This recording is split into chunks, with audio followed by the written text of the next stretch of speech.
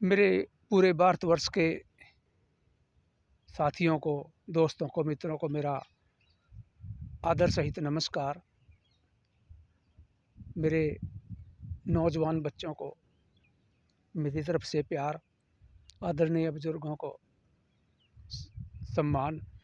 आज मैं आप सभी को ये बताना चाहता हूँ कि हमने जो अपने दांत उनको लंबे समय तक हम जवान रखना चाहते हैं, बुढ़ापे तक भी हम उसको जवान रखना चाहते हैं। हमारे दांत रहे, हिले ना, हमारे दांतों में दर्द ना हो, हमारे किसी तरह का कोई रोग ना हो, कीड़ा ना लगे। जो लग गया वो तो लग गया, देखो उसका तो समाधान, जो खा लिया है उसका तो समाधान आप जो बिल्कुल खा लिया है उसको तो डॉक्टर से निकलवाना पड़ेगा।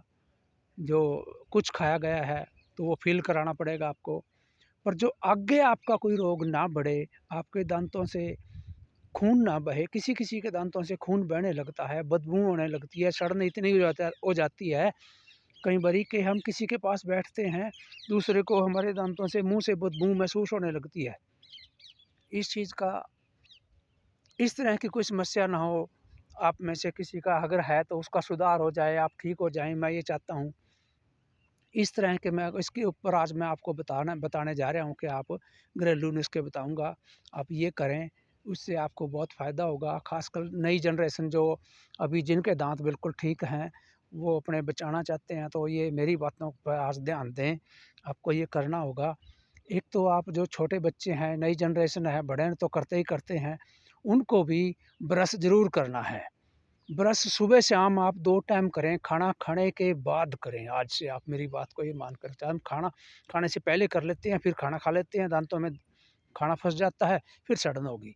खाना खाने के बाद, सुबह जैसे हमने खाना खाया, किसी ने स्कूल कॉलेज में जाना है, कहीं काम पे जाना है, आप अपना खाना खा के फिर ब्रश करें। उसके बाद कम से कम आप 2-3 घंटे, 4 घंटे हम कुछ ना खाएँगे, मीठी चीज़ें ना खाएँगे, तो उससे हमारे दांतों में कुछ नहीं फँसेगा, तो सड़न नहीं होगी, इससे ये फ़ायदा होगा। ऐसे ही रात को आपने आपने जो चाय दूध पीना है, खाना खाना है, वो सारा कामों से आप लास्ट में फिर ब्रश करें, ज़रूर करना है आपको। ये छोटी-छोटी सी बातें हैं। ब्रश करने से हमें क्या होगा, जो रात पूरे दिन का खाया-पिया, जिस तरह का जो हमने खाया-पिया, मीठा लिया, जैसा भी जो भी खाया-पिया, वो दांतों में चिपक जाता है, उससे सड़न पैदा हो जाती है। तो रात को हम जो लास्ट लास्ट समय में हम सोने से पहले सब कुछ खाने-पीने के बाद हम ब्रश करेंगे, तो उससे हमें ये फ़ायदा होगा कि हमें कि वो सारी जो खाया-पिया सब बाहर हो जाएगा, निकल जाएगा।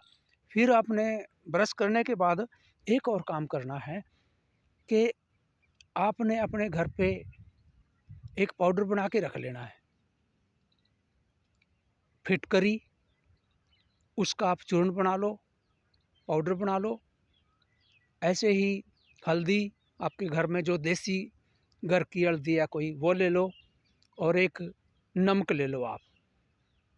तीनों को, नमक आप सादा नमक ले सकते हैं, काला नमक ले सकते हैं, ये व्हाइट नमक भी चलेगा।